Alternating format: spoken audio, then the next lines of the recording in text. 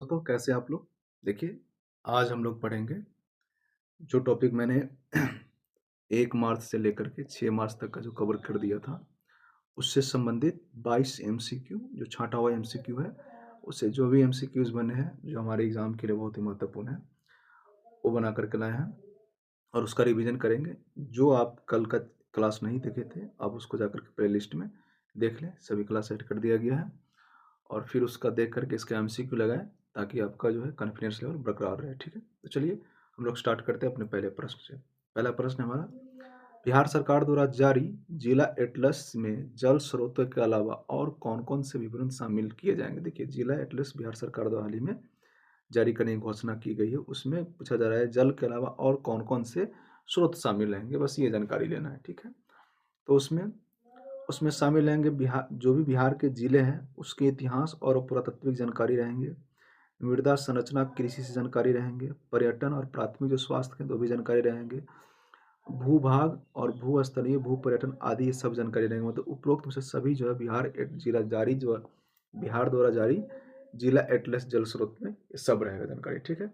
Next प्रश्न है हमारा, हाल ही में एम्स में पटना एम्स में एक आयोजन हुआ था, एक सम्मेलन हुआ था, लेपकॉन 2026, ठीक है? तो पूछ रहा है कि एम्स में पटना में आयोजित लेपकॉन 2026 का मुख्य विषय क्या था? उसका मुख्य विषय था कुष्ठ रोग उन्मूलन, ठीक है?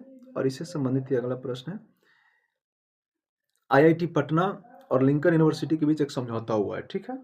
वो एम्स वाला क्वेश्चन आगे आ जाएगा। आईआईटी पटना और लिंकन यूनिवर्सिटी, ये लिंकन यूनिवर्सिटी कहाँ का है? तो ये है ऑस्ट्रेलिया का, ठीक ना? ऑस्ट्रेलिया का है और इसके बीच समझौता हुआ। तो मुख्य लक्ष्य इसका क्या है? तो मुख्य लक्ष्य इसका है शैक्षणिक उत्कृष्टता और अनुसंधान में सहयोग करना। आजकल जो चल रहा है एआई से संबंधित जानकारी लेकर के उसको मदद करना। तो याद रखें, आईआईटी पटना और लिंकन यूनिवर्सिटी ऑस्ट्रेलिया के बीच समझौता किया गया है, ठीक है? नेक्स्ट प्रश्न है, हाल ही में खबरों में रहा बाबर्न शाह उबानो, उसके बारे में पूछा जा रहा है कि जिन्होंने हाल ही में बोध गया का दौरा किया, वो किस देश के प्रधानमंत्री है, ठीक है? सॉरी, प्रधानमंत्री नहीं, उप प्रधानमंत्री, डिप्टी प्रधानमंत्री है, ठीक है?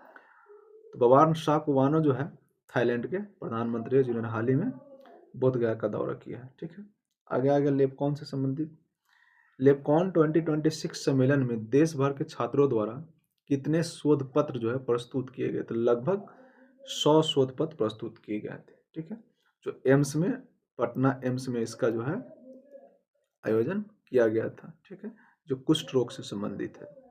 नेक्स्ट प्रश्न देखिए, अभी राजनीतिक भूचल रहा, इधर हलचल खूब हुआ है, उससे संबंधित प्रश्न कंटिन्यू, उससे संबंधित 2-3 प्रश्न आएंगे, फिर आपको लास्ट में हम बजट का 3 से 4 प्रश्न, 4 या 2 प्रश्न बजट का रहेगा, ठीक है?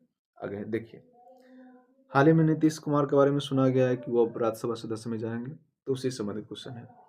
नीतीश कुमार लालू प्रसाद के बाद बिहार के कौन से नंबर के ऐसे मुख्यमंत्री हैं जो चारों सदन के सदस्य बने? देखिए, इसे मुख्यमंत्री की बात कर रहे हैं, ठीक है?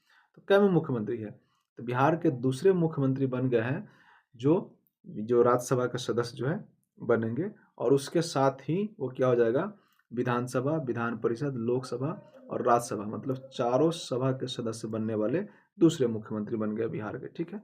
और उससे ही संबंधित प्रश्न है, नीतीश कुमार चारों सदन यानी लोकसभा, राज्यसभा, विधानसभा, विधान परिषद के सदस्य चुने जाने वाले कुल जो है कौन से नंबर के राजनेता है बिहार के? यहाँ बिहार छूट गया है, कौन से नंबर के राजनेता है? तो बिहार के जो है ये 6ठे नंबर के राजनेता है। लालू प्रसाद यादव है, नीतीश कुमार, नागमणि, ठीक? और नागमणि के बाद आप आएंगे तो उपेंद्र कुशवाहा, उसके बाद जो है सुशील कुमार मोदी। तो ये जो सभी जो 5 लोग इनसे पहले जो थे चारों सभा के सदस्य रह चुके थे और 6ठे व्यक्ति नीतीश कुमार हुए, ठीक है? अब ये क्लाइमेक्स क्वेश्चन है, याद रखें, नीतीश कुमार पहली बार बिहार विधानसभा के लिए किस वर्ष निर्वाचित किए गए? 1985 में नीतीश कुमार जनता पार्टी से खड़ा होते हैं और उस समय वह जीत दर्ज करते हैं, याद रखें, 1985 में विधानसभा में प्रवेश किए थे। इससे रिलेटेड है, नीतीश कुमार पहली बार लोकसभा सदस्य जो है कब बने थे या कब चुने गए थे? जस्ट उसके 4 साल बाद 1989 में नीतीश कुमार जो है लोकसभा का चुनाव लड़े और फिर जीते, ठीक? और संसद भवन में गए। अगला प्रश्न है, नीतीश कुमार कुल कितनी बार लोकसभा सदस्य चुने गए? तो देखिए नीतीश कुमार कुल 6 बार जो है लोकसभा सदस्य बने। कब कब बने? पहला 89, फिर 91, 96, 98, 99 और 2004। इसके बाद वो क्या करते हैं, राज्य की राजनीति में आ जाते हैं और फिर टर्न लिए फिर केंद्र की राजनीति में। देखिए अब की करंट से क्वेश्चन, हाल फिलहाल के करंट से है, ठीक ना।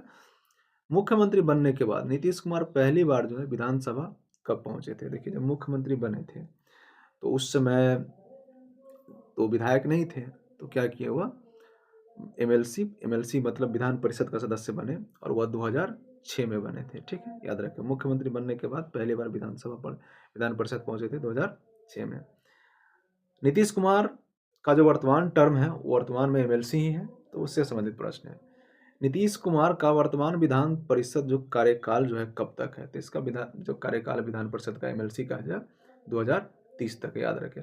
अब जब एमएलसी से राज्यसभा बन जाएंगे तो फिर ये एक टर्म एक सीट वैकेंट हो जाएगी, तो फिर इसके लिए दूसरा चुनाव होगा, ठीक है। नेक्स्ट प्रश्न, इनमें से कौन से नेता है जो चारों सदन के सदस्य जो रह चुके हैं? प्रश्न ये पूछा जा रहा है, ठीक है। सुशील कुमार मोदी एक ऐसे नेता है इन चारों ऑप्शन में से जो चारों सदस्य के नेता रह चुके हैं, ठीक है। अब आ जाइए, हाल ही में प्रशासनिक बदलाव हुआ है।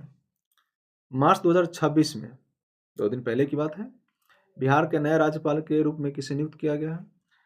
तो आर्मी के रिटायर्ड ऑफिसर है लेफ्टिनेंट जनरल सैयद अता हसनैन, और ये बनेंगे हमारे 43वें क्रम के राज्यपाल, याद रखें 43वें क्रम के गवर्नर बनेंगे।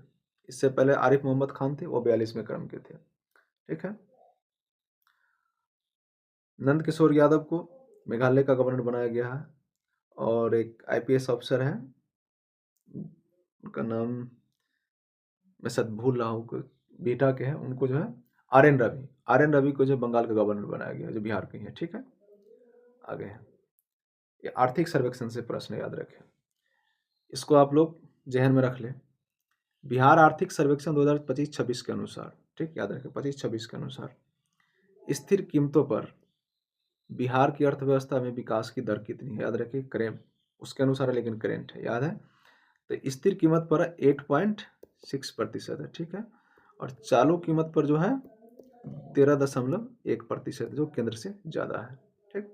नेक्स्ट प्रश्न, स्वच्छता सर्वेक्षण 2025-26 के लिए पटना नगर निगम द्वारा एक अधिकारी जो थीम जो घोषित की गई, उस थीम का नाम क्या है?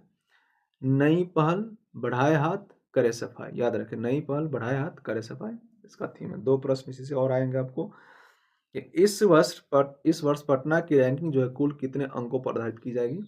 तो कुल 12,500 अंकों पर आधारित की जाएगी कि कितने मतलब क्लीनेस्ट में आगे है कि नहीं है, सो ठीक है। इसमें एक सिटीजनशिप फीडबैक भी दिया गया है कि पटना जो क्लीन स्वच्छता अभियान चलाया जा रहा है उसमें सिटीजन फीडबैक के लिए कितने अंकों को मतलब बढ़ाया गया, पहले 500 था, वो बढ़ा करके अब कर दिया गया 1000, ठीक है। अब इसमें उसका अंक तय किया जाएगा।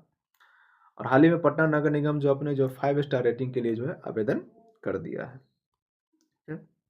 नेक्स्ट प्रश्न पर आते हैं, जो गंगा नदी से और कनेक्शन है, क्या है इसका? हाल ही में मार्च 2026 में पटना के पास जो गंगा नदी बह रही है, याद रखें पटना के पास जो है किस मॉडल पर शिप रिपेयर हब जो है विकसित किया जाएगा, जो पटना में किया जाएगा। एक शिप रिपेयर हब जो है विकसित किया जाएगा गंगा नदी के किनारे, और वो भी कहाँ किया जाएगा? पटना में किया जाएगा।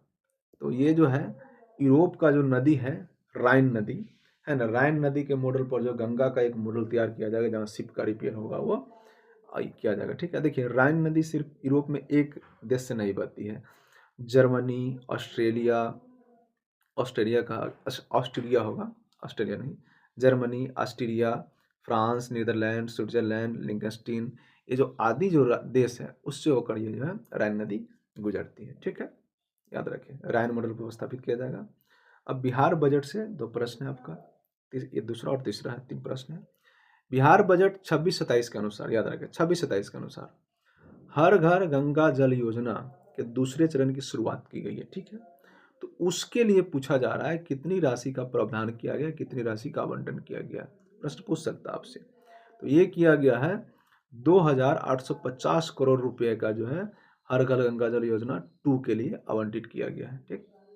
नेक्स्ट प्रश्न और आखिरी प्रश्न है हमारा, बिहार बजट, ये बहुत ही महत्वपूर्ण प्रश्न है, ऐसा पूछा जाता है कि बिहार बजट 26-27 के अनुसार, याद रखें 26-27 के अनुसार वर्ष 2024-25 में राज्य की अर्थव्यवस्था में प्राथमिक सेक्टर का योगदान कितना था। याद रखें प्राथमिक सेक्टर का योगदान पूछ रहा है, तो प्राथमिक सेक्टर का योगदान था भाई 23%। कितना था?